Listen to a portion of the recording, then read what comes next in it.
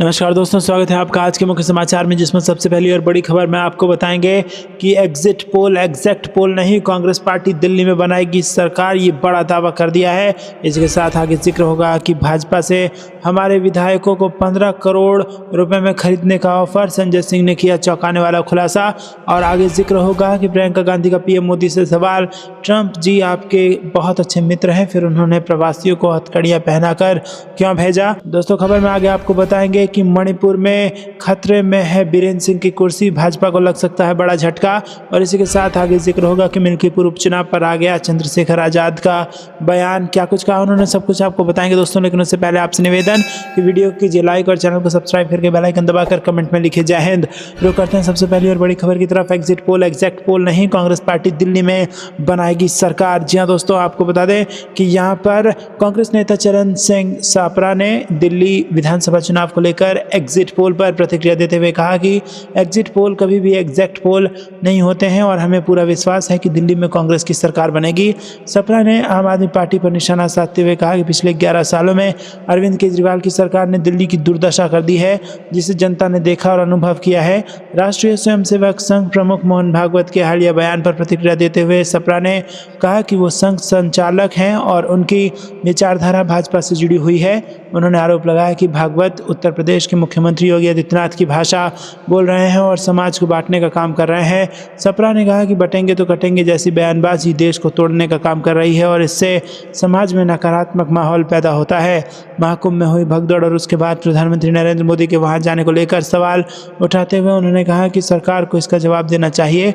उन्होंने कहा कि अब तक कई लोग लापता हैं जिनका कोई पता नहीं चल पाया है। कांग्रेस नेता ने कहा कि प्रधानमंत्री नरेंद्र मोदी, गृह मंत्री अमित शाह और उत्तर प्रदेश के मुख्यमंत्री योगी आदित्यनाथ को इस मुद्दे पर जवाब देना चाहिए। रुक करते हैं अगली ब्रेकिंग न्यूज़ की तरफ। भाजपा से हमारे विधायकों को 15 करोड़ का ऑफर, संजय सिंह का चौंकाने वाला बयान। जी हाँ दोस्तों, दिल्ली में विधानसभा चुनाव को लेकर एग्जिट पोल सामने आ चुके हैं, जिसमें भाजपा को बहुमत मिल रहा है।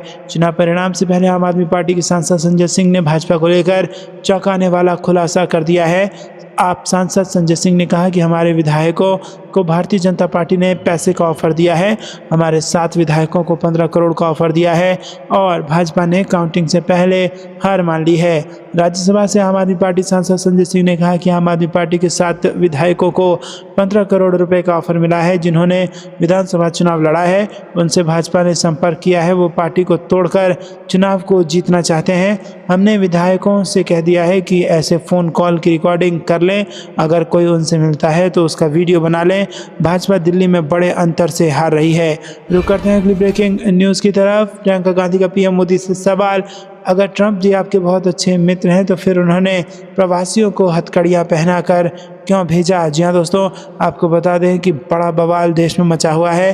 कांग्रेस महासचिव प्रियंका गांधी ने बृहस्पतिवार को कहा कि अमेरिका से वापस भेजे गए भारतीय प्रवासियों के साथ हुए व्यवहार पर प्रधानमंत्री नरेंद्र मोदी को जवाब देना चाहिए। उन्होंने संसद परिसर में संवाददाताओं से कहा कि बहुत बात की गई थी कि मोदी जी और डोनाल्ड ट्रंप जी बहुत अच्छे मित्र हैं, फिर मोदी जी ने ऐसा क्यों होने दिया।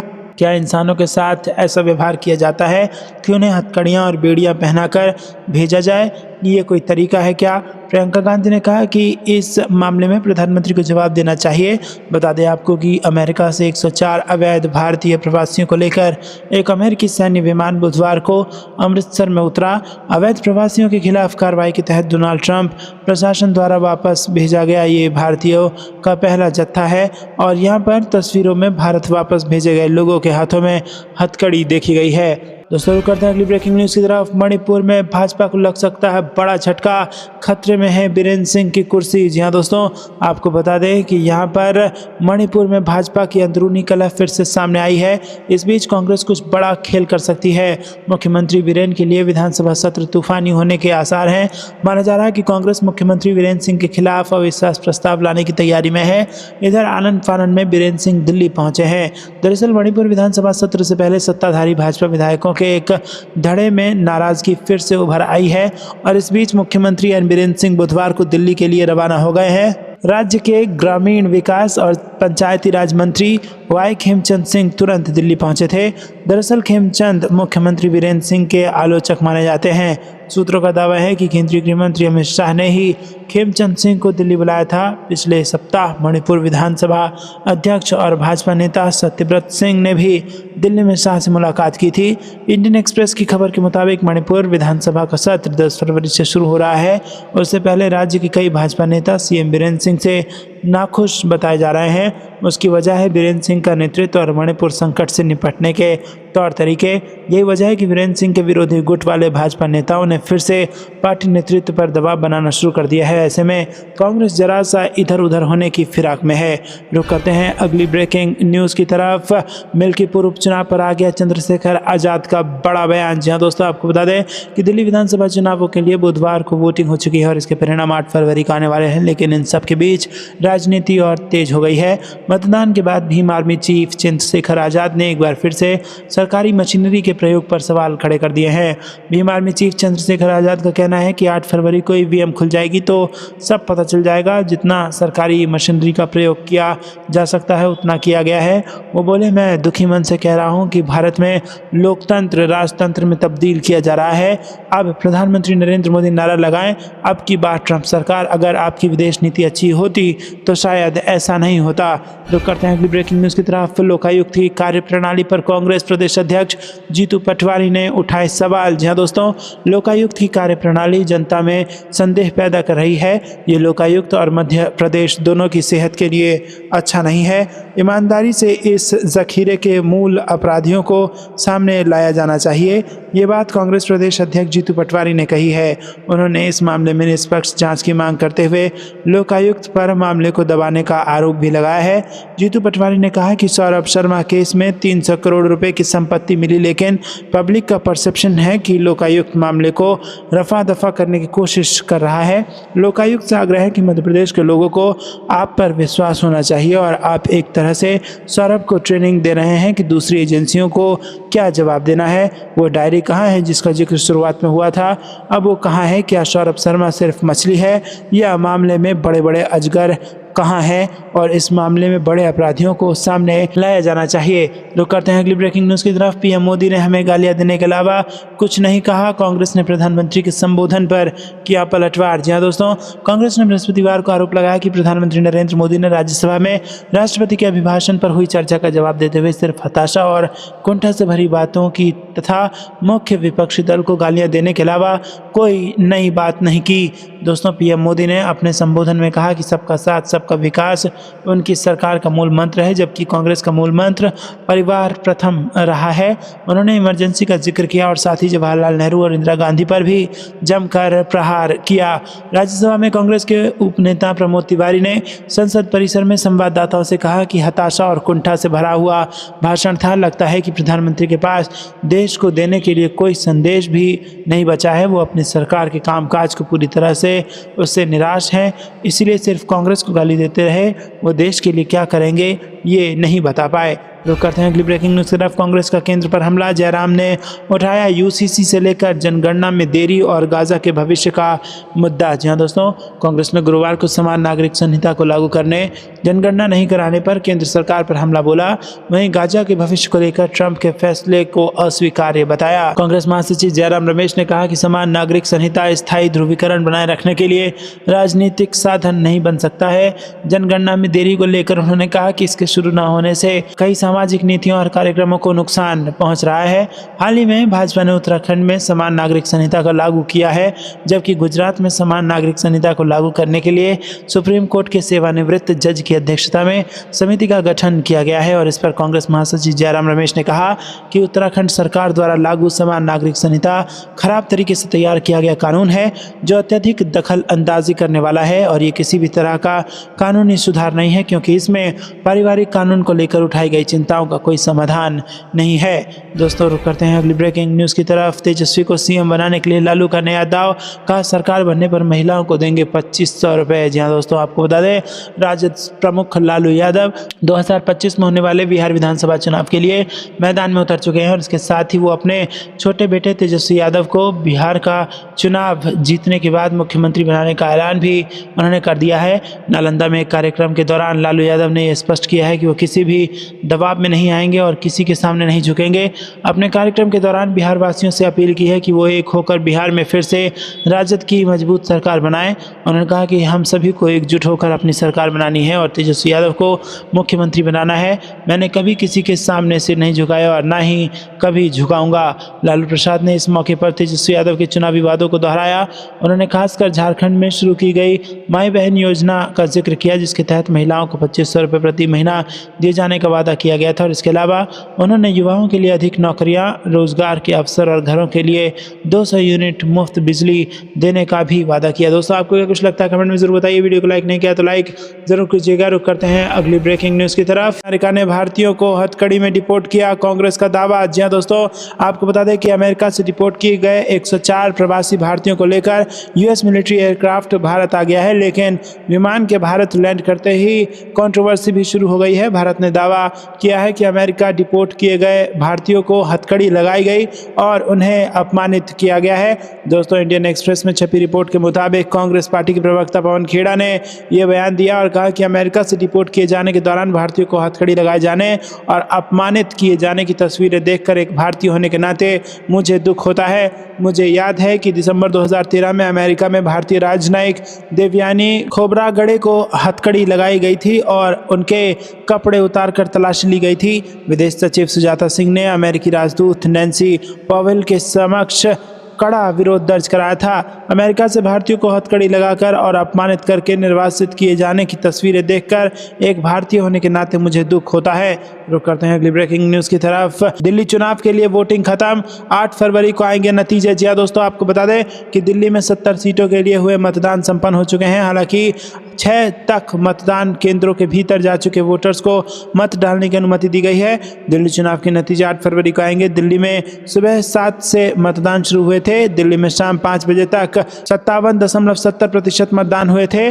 आम आदमी पार्टी अपनी शासन व्यवस्था और कल्याणकारी योजनाओं के दम पर तीसरी बार लगातार जीत की उम्मीद कर रही है। वहीं भारतीय जनता पार्टी और कांग्रेस वापसी की उम्मीद कर रही है। राष्ट्रपति द्रौपदी मुर्मू, उपराष्ट्रपति जगदीप धनखड़, प्रधान न्यायाधीश संजीव खन्ना, केंद्रीय मंत्री एस जयशंकर और हरदीप सिंह पुरी, कांग्रेस नेता सोनिया गांधी, राहुल गांधी और प्रियंका गांधी, दिल्ली की मुख्यमंत्री आतिशी और आप संयोजक अरविंद केजरीवाल शुरुआती मतदाताओं में शामिल थे। आम आदमी पार्टी ने अपने शासन मॉडल पर ध्यान केंद्रित किया और अरविंद केजरीवाल तथा मुख्यमंत्री आतिशी ने पूरे शहर में रैलियां की। प्रधानमंत्री नरेंद्र मोदी, गृह मंत्री अमित शाह और भाजपा अध्यक्ष जेपी नड्डा जैसे दिग्गजों के नेतृत्व में भाजपा ने भ्रष्टाचार के आरोपों और कानून व्यवस्था के मुद्दे को लेकर आम आदमी पार्टी पर निशाना साधा। राहुल गांधी और प्रियंका गांधी के नेतृत्व में कांग्रेस ने भी जोरदार प्रचार किया और विभिन्न मुद्दों पर आम आदमी पार्टी और भाजपा दोनों पर हमला बोला। रुक करते हैं अगली ब्रेकिंग न्यूज की तरफ। मिल्कीपुर में 2 दर्जन से ज्यादा बूथों पर मिली शिकायतें, भगाए जा रहे एजेंट, फर्जी वोटिंग भी हो रही। अवधेश प्रसाद का बयान। जी दोस्तों, उत्तर प्रदेश की मिल्कीपुर विधानसभा सीट पर हो रहे उपचुनाव के लिए वोटिंग जारी है। कड़ी सुरक्षा के बीच वोटर्स अपने वोट का प्रयोग कर रहे हैं। हालांकि अयोध्या से सपा सांसद अवधेश प्रसाद ने आरोप लगाया कि कई बूथों पर उन्हें शिकायतें मिली हैं। सपा सांसद ने कहा कि 2 दर्जन से ज्यादा बूथों पर एजेंटों को भगाए जाने, फर्जी वोटिंग और मशीनें बंद किए जाने की शिकायतें मिली हैं। मैंने स्थानीय पर्यवेक्षकों और अपने नेताओं को इन मुद्दे की जानकारी दी है। ये घटनाएं अभी भी जारी हैं और कई शिकायतें मिल रही हैं। जैसे जैसे शिकायतें मिलेंगी पर्यवेक्षकों को जानकारी दी जाएगी। उन्होंने कहा कि मिल्कीपुर उपचुनाव के लिए वोट डाला जा रहा है। भाजपा ऐसी स्थिति में है कि वो अपने प्रत्याशी की जमानत भी नहीं बचा पाएगी और इसी डर और असुरक्षा के कारण उत्तर प्रदेश के सीएम योगी आदित्यनाथ 9 से 10 बार दौरा कर चुके हैं, लेकिन इसका कोई असर नहीं हुआ है। पिछले 3 महीने से 16 मंत्री और 46 विधायक होने के बावजूद कोई फर्क नहीं पड़ा है। मिल्कीपुर का चुनाव यहाँ की जनता लड़ रही है। बता दें कि मिल्कीपुर चुनाव को लेकर समाजवादी पार्टी के प्रमुख अखिलेश यादव ने सोशल मीडिया प्लेटफॉर्म एक्स पर पोस्ट किया। उन्होंने लिखा कि चुनाव आयोग तुरंत कई समाचार से जुड़ी तस्वीरों का संज्ञान ले। इसकी अयोध्या की पुलिस मिल्कीपुर में मतदाताओं के आईडी कार्ड चेक कर रही है, जिसमें पुलिस के बड़े अधिकारी भी शामिल हैं। यह प्रत्यक्ष रूप से मतदाताओं में भय उत्पन्न करके मतदान को प्रभावित करने का लोकतांत्रिक अपराध है। ऐसे लोगों को तुरंत हटाया जाए और दंडात्मक कार्रवाई की जाए। रुक करते हैं अगली ब्रेकिंग न्यूज की तरफ। यूपी में सपा की सरकार बनते ही सबसे पहले नपेंगे ये अधिकारी, अखिलेश के चाचा ने कर दिया ऐसा ऐलान। जी दोस्तों, इटावा के जसवंत नगर कस्बे में समाजवादी पार्टी के राष्ट्रीय महासचिव और विधायक शिवपाल सिंह यादव ने बीजेपी सरकार पर जमकर निशाना साधते हुए कहा कि वर्तमान सरकार पूरी तरह से विफल हो चुकी है और समाज के कमजोर तबकों के साथ अन्याय कर रही है। उन्होंने कहा कि सपा हमेशा पिछड़ों, दलितों और अल्पसंख्यकों के हक की लड़ाई लड़ती रही है और आगे भी लड़ेगी। उन्होंने कहा कि प्रदेश में बीजेपी की लूट जारी है, अब नौकरशाही हावी है तथा वो रिश्वतखोरी व कमाने में लगे हुए हैं और जनता की किसी को भी कोई चिंता नहीं है। उन्होंने कहा कि ऐसे अधिकारियों की सूची अभी से बनाकर रख लें, सपा सरकार आते ही भ्रष्ट अधिकारियों सबसे पहले नपेंगे। बीजेपी विधायक तथा मंत्रियों की भी सुनवाई नहीं हो रही है। सपा विधायक ने बीजेपी पर आरोप लगाया कि कुंभ के मेले में कितने लोग स्नान कर रहे हैं इसकी गिनती तो उनके पास है, मगर उसमें हजारों लोग जो मरे हैं उसकी सही आंकड़े या गिनती उनके पास नहीं है, ना ही वो बताना चाहते हैं। 2027 में जब सपा की सरकार बनेगी तब जनता को बता दिया जाएगा कितने लोग महाकुंभ की भगदड़ में मर गए थे। उन्होंने मुख्यमंत्री पर निशाना साधते हुए कहा कि उन्होंने अखिलेश यादव के लिए कहा था कि उनका दिमागी संतुलन बिगड़ गया है, लेकिन वास्तविकता तो ये है कि उनका खुद के दिमाग का संतुलन ठीक नहीं है। स्वास्थ्य मंत्री की भी कोई बात नहीं मानी जा रही है, इसके चलते प्रदेश के सभी मंत्री परेशान हैं। रुक करते हैं अगली ब्रेकिंग न्यूज़ की तरफ। राहुल गांधी बोले पीएम मोदी ने विधायकों और सांसदों की शक्तियां छीन ली, निर्णय लेने की शक्ति तक नहीं। जी हां दोस्तों, आपको बता दें कि कांग्रेस के वरीय नेता और सांसद राहुल गांधी एक दिवसीय यात्रा पर पटना आ रहे हैं। 19 दिन के अंदर ये दूसरा मौका है जब राहुल गांधी पटना पहुंचे हैं। वो स्वतंत्रता सेनानी जगलाल चौधरी की जयंती समारोह पर आयोजित कार्यक्रम में शामिल हुए। अपने संबोधन में उन्होंने कहा कि भारत की सत्ता संरचना में चाहे वो शिक्षा, स्वास्थ्य, कारपोरेट, व्यवसाय, न्यायपालिका हो, आपकी भागीदारी कितनी है। दलितों को प्रतिनिधित्व दिया गया है, लेकिन अगर सत्ता संरचना में भागीदारी नहीं है तो इसका कोई मतलब नहीं है। यदि निर्णय मंच के पीछे से किए जाते हैं तो आपको मंच पर बैठाने का कोई मतलब नहीं है। आज विभिन्न जातियों के लोगों को टिकट देना एक फैशन बन गया है। पीएम मोदी भी यही कहते हैं, लेकिन फिर आपने विधायकों की शक्तियां छीन ली, यहाँ तक कि लोकसभा सांसदों की भी शक्तियां छीन ली गई। कोई निर्णय लेने की शक्ति नहीं है। आपने मंत्री बनाया लेकिन ओएसडी आरएसएस से है। रुक करते हैं अगली ब्रेकिंग न्यूज़ की तरफ। तेजस्वी को हर हाल में मुख्यमंत्री बनाना है, नीतीश के गढ़ नालंदा में लालू यादव की हुंकार। जी हाँ दोस्तों, कृष्ण वल्लभ प्रसाद की 24वीं पुण्यतिथि के मौके पर नालंदा के इस्लामपुर पहुंचे आरजेडी सुप्रीमो लालू यादव ने बड़ा ऐलान कर दिया है। उन्होंने सभा को संबोधित करते हुए कहा कि तेजस्वी को हर हाल में मुख्यमंत्री बनाना है। अब समय आ गया है कि हम सबको एकजुट होकर देश में अपनी सरकार बनानी है। और इस दौरान उन्होंने तेजस्वी के उन वादों को भी दोहराया जो वो अपनी कार्यकर्ता यात्रा के दौरान करते आए हैं। दोस्तों, आपको बता दें कि मुख्यमंत्री नीतीश कुमार के गृह जनपद नालंदा में लालू यादव अपने पुराने अंदाज में दिखे। लालू यादव ने लोगों से अपील करते हुए कहा है कि इस बार हर हाल में तेजस्वी को बिहार का मुख्यमंत्री बनाना है, एकजुट होकर देश में अपनी सरकार बनानी है। लालू ने कहा कि किसी के सामने उन्होंने सिर नहीं झुकाया, ना ही झुकाएंगे। रुक करते हैं अगली ब्रेकिंग न्यूज़ की तरफ। मिल्कीपुर में जिस बुजुर्ग पर अकेले 6 वोट डालने के लगे आरोप, बीजेपी ने शेयर किया उसका दूसरा वीडियो। अखिलेश यादव ने लगाई आरोपों की झड़ी। जी दोस्तों, आपको बता दें कि मिल्कीपुर उपचुनाव में मतदान के दौरान समाजवादी पार्टी लगातार पुलिस प्रशासन पर धांधली का आरोप लगा रही है। सपा मुखिया अखिलेश यादव एक के बाद एक सोशल मीडिया पर पोस्ट कर पुलिस प्रशासन पर गंभीर आरोप जड़ रहे हैं। उन्होंने पीठासीन अधिकारियों के कथित स्टिंग ऑपरेशन का ऑडियो भी शेयर किया है, जिसके कैप्शन में वो लिखते हैं कि अधिकारी सत्ताधारी दल के लिए फर्जी मतदान का टारगेट पूरा कर रहे हैं। इसके अलावा अखिलेश यादव ने कुछ वीडियो शेयर कर दावा किया कि एक अकेला शख्स 6 वोट डालकर आया है, जिस पर बीजेपी ने उसी शख्स का दूसरा वीडियो रिलीज कर अखिलेश यादव के आरोपों का खंडन किया है। वहीं जिला मजिस्ट्रेट अयोध्या ने भी साफ किया कि मतदान शांतिपूर्वक रूप से चल रहा है।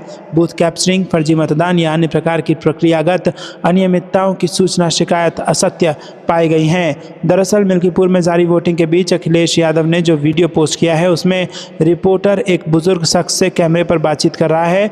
बुजुर्ग शख्स दावा कर रहे हैं कि उन्होंने बीजेपी को वोट किया है और अपना नाम राम भवन पांडे बता रहे हैं। आगे वो कहते नजर आ रहे हैं कि उन्होंने 6 वोट डाला है। बुजुर्ग किसी अमानीगंज रायपट्टी बूथ की बात कर रहे हैं।